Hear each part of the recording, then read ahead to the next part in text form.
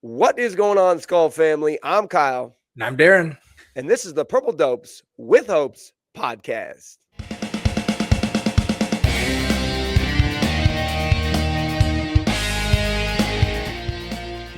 Welcome to the Purple Dopes with Hopes podcast. I'm Kyle. This is my good buddy Darin. We are part of the Let's Skull Network, and every single week we sit down and discuss our favorite football team that continues to just rise with the hopes. Because we're in the off season, and that's all we got right now is the hopes of the Minnesota Vikings. And the hopes are high. The hopes are high. So if you are following along on YouTube, we appreciate you. Please make sure you subscribe to the channel. Also, drop a skull on this video and let us know where you are tuning in from. And then if you are following us on any of the podcast platforms, Apple, Spotify, Amazon, iHeartRadio, all those good ones, which, Darin, pretty cool. We just passed 1,000 downloads on our podcast. Awesome, man. Yeah. Sweet. So shout out to those of you guys who have been faithful tuner-inners to our podcast, downloading each and every week. We appreciate you. If you have not rated and reviewed our podcast, please make sure you do that. Drop that review. We'd love to hear what you appreciate and like about the Purple Dopes with Hopes. So, Darin, got anything exciting to talk about with our Minnesota Vikings this week? Oh man, just slew of draft picks that got me excited, man. Well, let's talk a little bit about kind of the big news this week is Jauan Jennings came in for a 2-day visit of the Minnesota Vikings. Unfortunately, left without a deal, which I was fully expecting Jauan Jennings to get signed to a deal. What are your thoughts of the visit of Jauan Jennings? I mean, it feels like a good fit, right? Like big wide receiver, kind of possession guy. We don't need someone that's like taking the top off the D when you got Jefferson and Addison already doing that. Seems like a guy that can play on the outside, move one of those guys into the slot. So makes our offense more dynamic. Sounds like he's a good downfield blocker as well, which if we want to start running the ball more, that's obviously a good thing. For sure. I'm not too hung up on the fact that there's no deal. My guess is it's a money thing. Yep. He's still young enough where I think he's looking for he doesn't want to be on a 1-year, $3 million deal, right? He wants more guarantees, and so I get that. So we'll see if they can kind of come to the right agreement. But I also know with Brzezinski in there right now, they're trying to kind of level out the cap and make sure we're putting ourselves in better position going forward.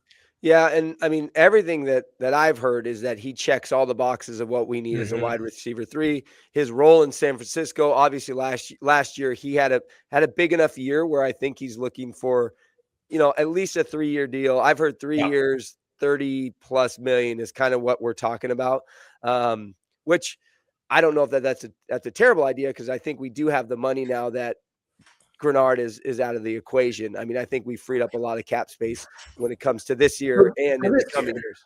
And in the coming years.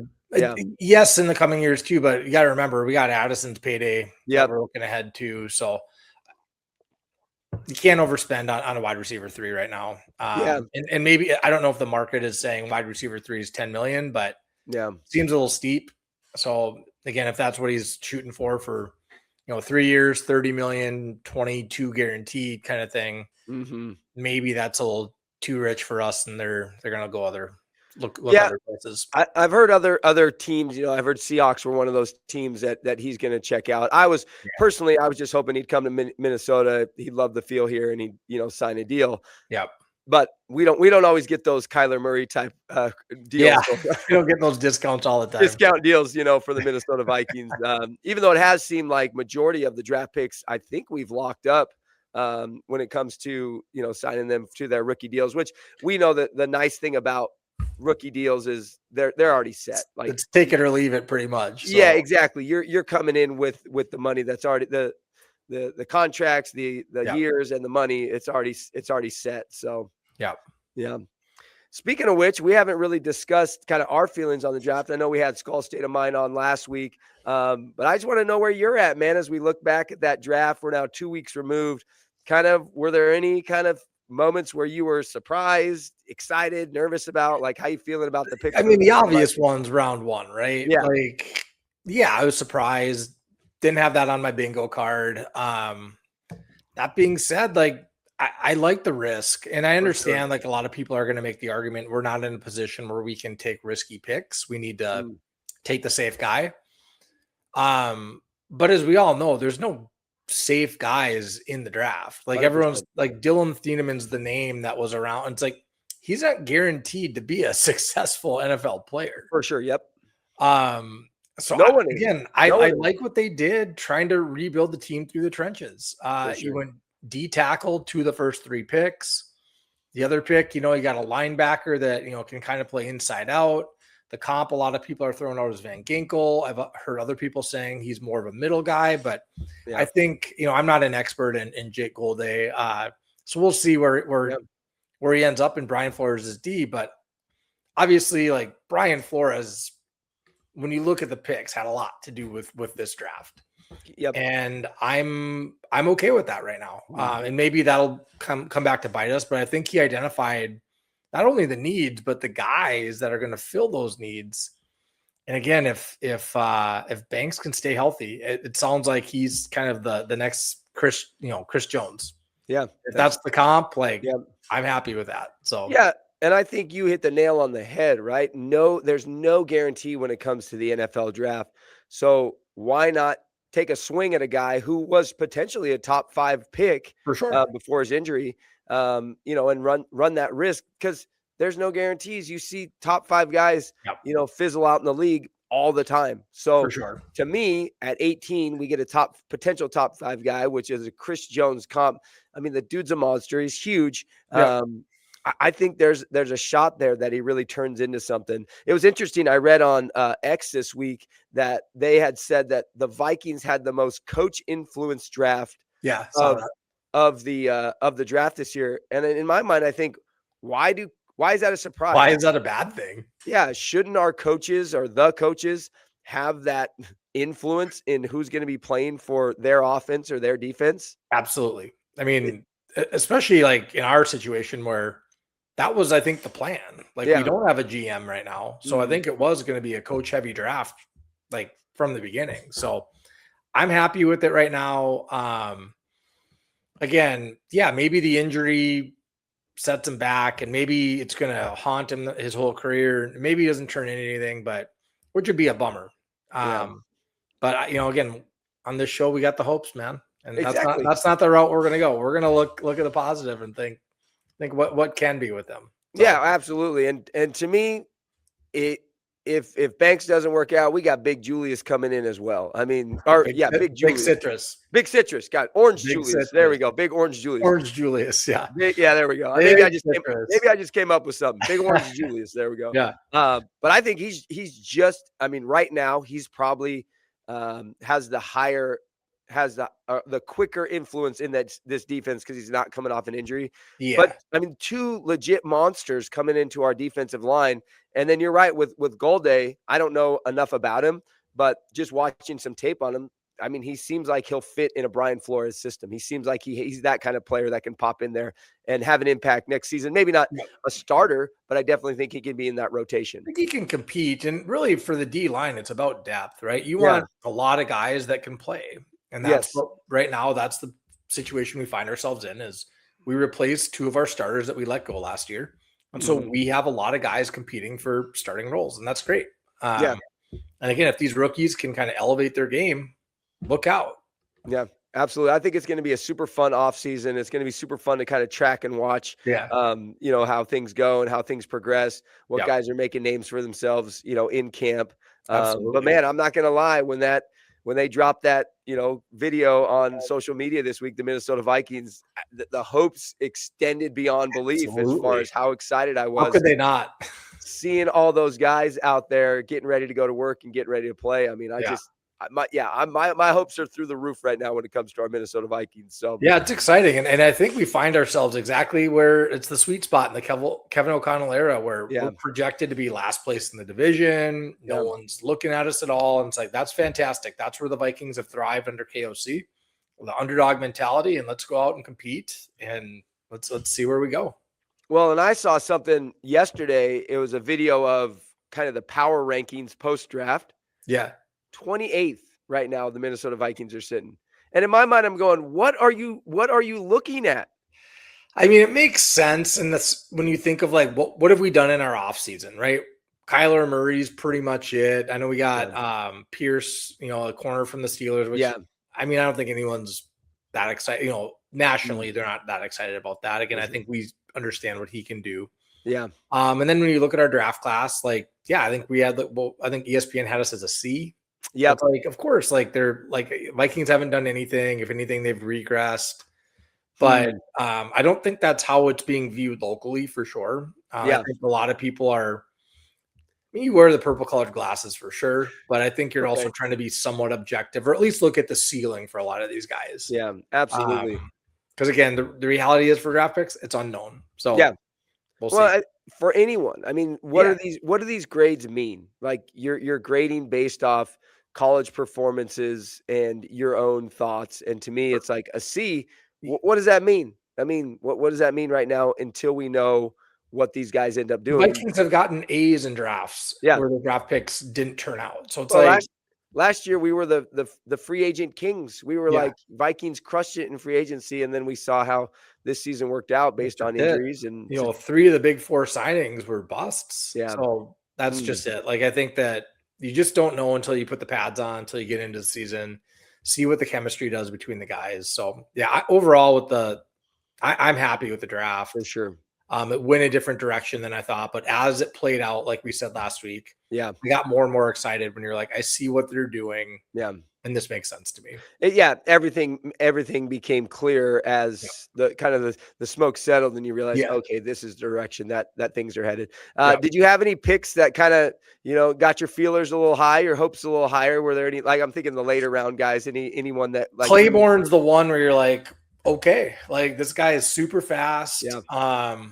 I think he's small, 5'8" maybe. But man, I love the speed. And Aaron Jones, obviously coming into the season with Aaron Jones and Jordan Mason. Yeah. We knew there's going to be another addition there. I like this. Still got Xavier Scott coming back, who I thought, in spells, he was good last year. So, but I think Claiborne's the one for me. I'm a little excited about Charles Demings. He came out of Stephen F. Austin. Yeah. Sounds like that guy, he's just physical. For sure. Which again sounds like the kind of corner that Brian Flores likes to bring in. So more intrigued by him. For sure. And Claiborne is right on the top of my list as far as potential goes. And a name that I've been hearing thrown around for Claiborne is Jerick McKinnon. Oof, I would take that. You think back to Jerick McKinnon in that miracle year, him and Latavius Murray. I mean, those guys were a dynamic duo. I mean, especially because I was, Delvin's rookie year, he's on fire, he gets hurt, and then they really picked up the slack as kind of a thunder and lightning duo. So I would be happy if that was, if it's Claiborne and Jordan Mason as a thunder and lightning. For sure, that's kind of what plays in my mind. I've also heard him referred to as a Diet Coke version of Jahmyr Gibbs, which I didn't love that one as much. But I mean, if he's in the same ether as Jahmyr Gibbs, I'll be happy with that. That would for be sure. fine. Yeah. And I mean, I think he has that potential there, especially with that speed, to at least be something. I think he does do some returning as well. So, I mean, even if we get a lightning in a bottle when it comes to our return game again, we've been super high on Miles Price, but 4.340 is a 4.340. So that's just the other one I want to call out. I mentioned this to you after the show last week, but Gavin Gerhardt, that 7th round center coming out of Cincinnati. I mean, I know another 7th round center that came out of Cincinnati that ended up being okay. So Hall of Famer, 2 Super Bowls. I mean, he's decent. And I'm not necessarily saying I don't know anything about the guy, but but I know they did talk to Jason Kelsey a little bit about him, and it sounds like he has a lot of good things to say. So definitely, we'll see. I mean, again, I was happy they brought in a center, and again, center is a position you can find it anywhere in the draft. Exactly. You just need the right guy in the right system. So I think that's right. It's got to find the right system for that player. For sure. One guy that I really just loved was Jacoby Thomas, and I didn't know much about him. I know people are saying, well, we traded Jonathan Grenard for Jacoby Thomas. But to me, he's a guy that I think could come in and make an impact right away. Yeah. I mean, he flies around out there. He's a ball hawk. I mean, everything I've read says this guy could start for the team that he got drafted by. So I just think, bringing in a guy at safety, I think that's a position that we all thought was going to be going to be in the first round. And we didn't. And if Hitman Harry's, hanging around for another year, what a great mentor, but also what a great guy who can split time with Hitman Harry out there. Cause I don't know that Hitman's going to be saying, give me every single snap. Definitely. But it'll be interesting to see kind of what pans out there. I think June 1st is the day that they've extended Harrison Smith to make his decision. I think everyone that I've listened to has said they think he's going to be coming back, but you never know. You never know. And honestly, I don't know what the June 1st deadline really means, because the reality is he's not going to go play anywhere else. Exactly. So they could just flat out release him, to save whatever money against the cap or whatever. I don't know what the maneuvers they have to do is, but he might just let them know, like, yeah, I'm probably going to come back sometime in training camp or for sure, whatever. It's like they're obviously talking to Harry right now. Yeah. They probably have an idea of what he's going to do. So yeah, that situation doesn't really concern me. Like, he's either going to retire or he's going to play for the Vikings. So it's not like he's looking to sign somewhere else. So, and obviously I'd love to have him back, but yeah, I think Jacoby Thomas, I think you picked him in the right spot. Again, it's a non-premium position. Like, great safeties are amazing, but it's not a premium position. So like, I'm okay that we spent our first round pick on kind of a high ceiling guy. Very true. And Caleb Banks. And going into the draft, people were saying it's a deep safety draft. So I guess we'll see, like, grab Thomas at the end of the third. Yeah. And in terms of the traded Grenard for Thomas, I get the comparison, but we also got a third coming next year. Yeah. And the Grenard move is really about the salary. We couldn't pay him. 100%. So it freed up a ton of money. All of our leverage. That's the one issue I have, is I felt like we had the leverage in the relationship there and we just gave it up. Yeah. But I'm not going to sit here and worry about that right now. Like, I see what they did and why they did it. But if we come in there and we do get to sign a guy like Jawan Jennings or that kind of caliber, you think about, it does amplify our offense tremendously. Yes, and I feel like we've filled, Jonathan Grenard is a great defensive player. He was a great player for us, but also, like, we've brought in guys that I think have potential to fill that spot for a little bit cheaper. I want to mention two other guys too, on the rookie. Like, they're not getting as much publicity here because they weren't draft picks, but some of our undrafted rookies, Dylan Bell, the wide receiver out of Georgia. Oh yeah. That's another guy that let's keep our eye on him for wide receiver 3, because just a dynamic receiver coming out of Georgia. The guy can play. Yeah. Kind of excited to see what he does once he gets into camp. I feel like he's going to be on the roster. And then Brett Thorson, who I believe was the Georgia punter as well, won, I forget the award, but it was best punter in the country, won that. Okay. Not last year, but the year before. Yeah. And obviously with the Vikings needing a punter, I don't know, like, it feels like that gives us another option there. Again, like we had mentioned a few months back, the punting is secondary. We see a guy that can hold the ball for Will to throw. For sure. Well, we brought in the guy from the Titans, right? Yeah, it wasn't. I can't remember where he played. I forget who they brought in, but Anyway, but never a bad idea to bring in a guy if he can just hold that ball for Will. Like, give him a contract. Like, right. But I thought really, like, the Vikings have done a pretty good job with some undrafted rookie free agents over the last few years. So kind of excited there to see, if any of these guys are going to be competing for spots. But overall pretty happy with the draft class, with the undrafted free agents. So. Yeah. Well, we know that ESPN and the experts gave the Minnesota Vikings a C when it comes to our draft. But the Purple Dopes podcast here, we are also going to give the Vikings a grade. So, Darin, if you had to grade the Minnesota Vikings draft this season, what would you give them and why? The grades are so hard before they've played in the NFL because it's purely a guess. I'm going to give them – I'm not going to be such a homer that I'm going to give them an A, but I'm going to go with a solid B, maybe B+. Yeah. Because I just love the upside with a lot of the guys we took. Again, Caleb Banks in the upside, Jacoby Thomas. I like what I've been seeing from him when you look at his film. Big Citrus, I think, to your point, I think he's going to come in and start day one. Golday, I think, adds some depth at the linebacker position. I forget who's the swing tackle. Tiernan. Bring in the swing tackle. Again, we need depth there. We saw last year, Gotta Like, have it. I don't think Darisaw is going to play every game. I don't think O'Neill's going to play every game. So getting guys to help in spells is what you need. So I'm gonna go solid B plus. Yeah, I'm right there with you. I'm at the solid B with the potential of a B plus, just because, in my opinion, I think we checked all the boxes of what we needed. Like, I think the Minnesota Vikings, Kevin O'Connell, Brian Flores, looked at what we needed, and those were the guys that they brought in the draft. Now, whether those guys pan out or not, time will tell. But if you look at positions of need, we filled those spots in the draft. Not only positions of need, but the value they got at each position. For sure. Absolutely. Again, the one argument that people are going to say is Caleb Banks. And maybe they took him too early, and maybe. Yeah. But we also have to remember it takes two to tango in a trade. So if you're looking to trade back, you still want to get your guy, and you want to get enough in return. So if someone's like, I'll give you, 28 and a 6th round pick to move up to 18. Like, you're not going to take that. Yeah. Like, keep your 6th rounder. We'll make sure we get our guy. So. Absolutely. And so I just think, on paper, if I was to look at where were our biggest needs, that, strengthening that defensive line, making sure we get someone for the secondary, which we got a cornerback and we got a safety, our offensive line, which we got a center and a swing tackle there.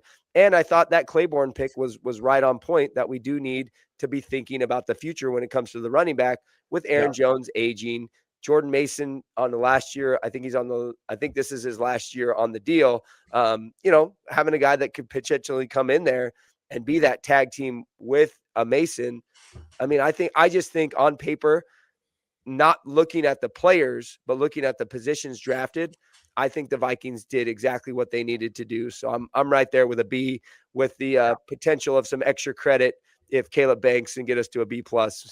Yeah. 100%, man. Well, have you been following any of the GM stuff when it comes to the Vikings? I've only, got bits and pieces of it. I do know they've opened the position up. They've brought in a firm that somehow is connected with AI to, find the best candidate. Yeah. But just real quick, I mean, any thoughts on the open GM position for the Vikings? Yeah, I mean, as much as I like Brzezinski, I like him where he's at. And I'm saying that because, like, you can fire the GM without firing Brzezinski. True. So, like, if you elevate Brzezinski, you just run the risk of him not panning out, and then you're going to move on from him. And I just like him in having him in our front office. I think he's been very valuable. Yeah. That it's unfair to him, but I hesitate to elevate him just because, for selfish reasons. Yeah. But again, I think he'd do a great job. Yeah. I wouldn't be mad if his name is the one that's called. Right. For sure. Like if they announce it, it's him. If it's Rob, like, kudos to him. Like, I think that, it would be fine. But I'm right there with you. I think there's that piece that would be nice to make sure we have him no matter what, because I think he's done a really good job. Yeah. But otherwise, there's a Bills assistant GM. I think it's Terrence Gray. Okay. Don't know anything about him, but just having seen the Bills roster construction over the last decade, like, I like what they've done there. So, again, I'd be excited about that. The one name, Ryan Gregson's a name that's been floated. I would not be excited about that. I know he's been a GM. It did not go well. Yeah. I'm fine having him on the staff. I don't think he should be the guy in charge. Yeah, I think we definitely need to find if it's not Rob, like, who's it going to be? And I think they got to fit what the Minnesota Vikings are looking to do, moving forward. And really for this season, I think we need a person who's going to come in and be ready to get this team on the winning track. Because I think right now, the Minnesota Vikings have the potential to be a Super Bowl contender. And I'm saying it, man. I'm saying it on the Purple Doves with Hosts podcast. And you can like this all day, Minnesota Vikings fans. I think what we're seeing right now is a Super Bowl caliber roster being built. Absolutely. And the person that comes in needs to be ready to take that on, because we're not far away. We're not in that space where it's 2, 3, 4, 5 years away. Like, I think this year we have potential to make a run based on what we've done. Bad kick coverage away from winning the division last year. I understand other things could have happened after that Bears game, but just in a vacuum, if we beat the Bears, we cover that kick, we beat the Bears for sure. everything else goes the same, we would have won the division. So yep, absolutely. Yep. So yeah, and we've brought in. I feel like we brought in the pieces that we need. yes. We got a quarterback competition, Kyler Murray and JJ McCarthy. We're not announcing who it's going to be, but whoever wins that is going to be ready to run the show. So Absolutely. let's do this. So and it seems like both guys are putting in the work this offseason. So I'm excited to see coming into camp. Hopefully, I hope it's a real competition. I agree. So we'll see. I think, yeah, and I absolutely think it will be. So, well, let's lead this into our Purple Dope Hopes segment. Brought to you by 612Tees, great Minnesota-based company. And hey, man, the Wolves right now, they advanced. And the Wild. And the Wild too. Yeah. So let's shout them out. Use Purple Dopes 25, get 25% off your first order. All that is in the description of this video on YouTube, as well as the podcast. What right now, sitting 2 weeks after the NFL draft is off season begins to ramp up. What are your Purple Dope hopes, Darin? My Purple Dope hopes sit in the trenches, man. Love what they did in the draft. We're getting healthy. I want to see Darisaw come back, playing like he did pre-injury. But I'm just excited, like what we've done on both the offensive and defensive lines. Our defensive line is going to be young, and hungry. Sure. I mean, you look at, we took some guys last year. You got Redmond. What's the Georgia kid with the long hyphenated name? Can't remember. Therian Hawkins or something like that. Oh, yes. Yep. But, yep. And then you had Banks, you had Big Citrus. I mean, I'm excited to see what that D-line is going to do. Plus, you got Grenard, you got Turner, who's going to be the starter this year. Yeah, absolutely. Not Grenard. Not Grenard. Or sorry, Van Ginkel. Van Ginkel. We missed you, JG, but yeah, Van Ginkel, Eric Wilson, Turner. I'm just super excited to see what we do there. And I hope we, like, in all of this, whatever we've done in the offseason, I hope we have a center in house. Yeah. And I think our offensive line is going to be ready to go. So I'm super excited about the trenches. I'm just getting those feels of like that 2014, 2015 defense build us into 2016. I mean, just young, hungry, flying around out there, difference makers, playmakers. I'm just seeing a lot of like things flashing in my brain that remind me of what we built in 2014, 2015, going into 2016.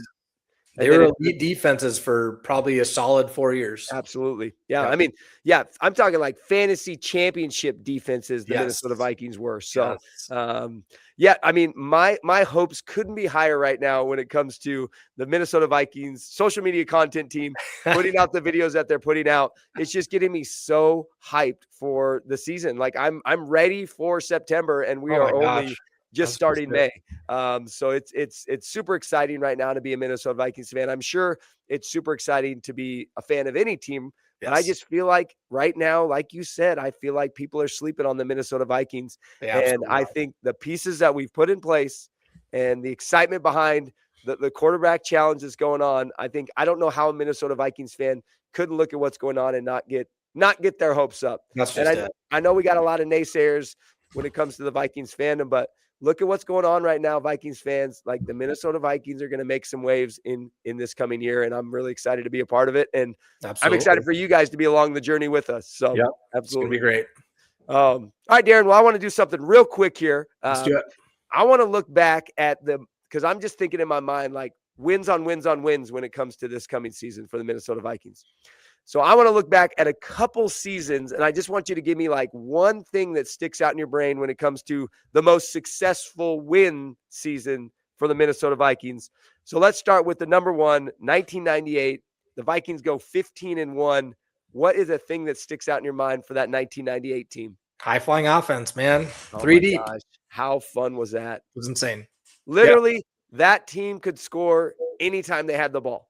At will. And honestly, like that's what made their defense better. Like their defense was all they had to do was cover the pass because everyone had to pass against us.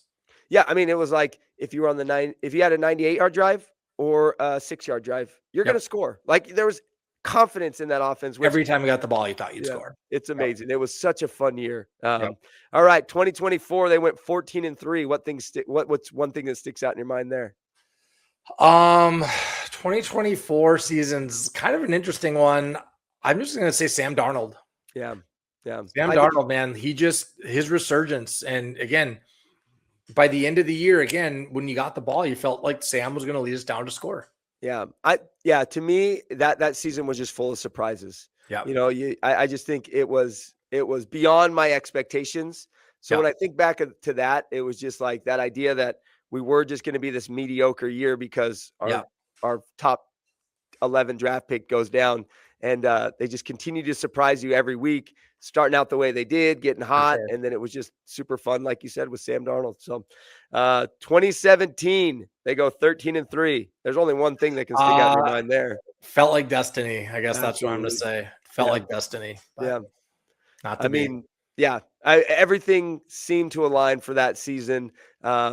Case Keenum comes in there. Like you said, there were some injuries. Once again, some surprises.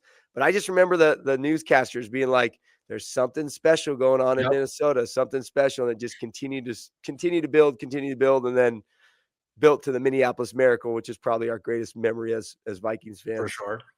All right, 2019, the Vikings go 12. Or 2009, the Vikings go 12-4. Pieces are in place. Oh my gosh, yes. Pieces were in place. All we needed was a quarterback, and Brett Favre did what Brett Favre does. Got us to exactly where we needed to be, and then chucks the ball across his body to the middle of the field.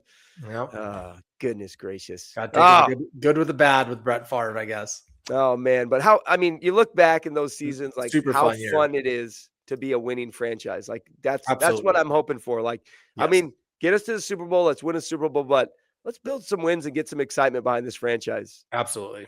All right, last one here, man. 1973, the Vikings go 12-2.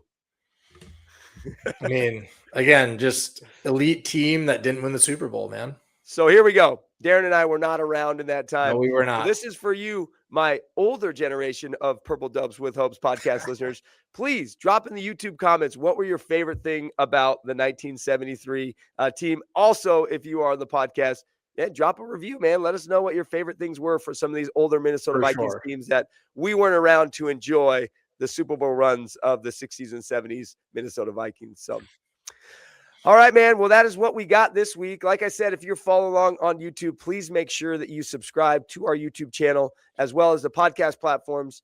Follow along, give us a rating and review, and let's get to 2,000 downloads. I don't know. What do we look forward to next? 2,000 downloads, 2,000, I guess. We're on our way. Let's get there. So, all right, we'll be back next week talking more Minnesota Vikings football, talking about why our hopes continue to rise for this team that we love so much.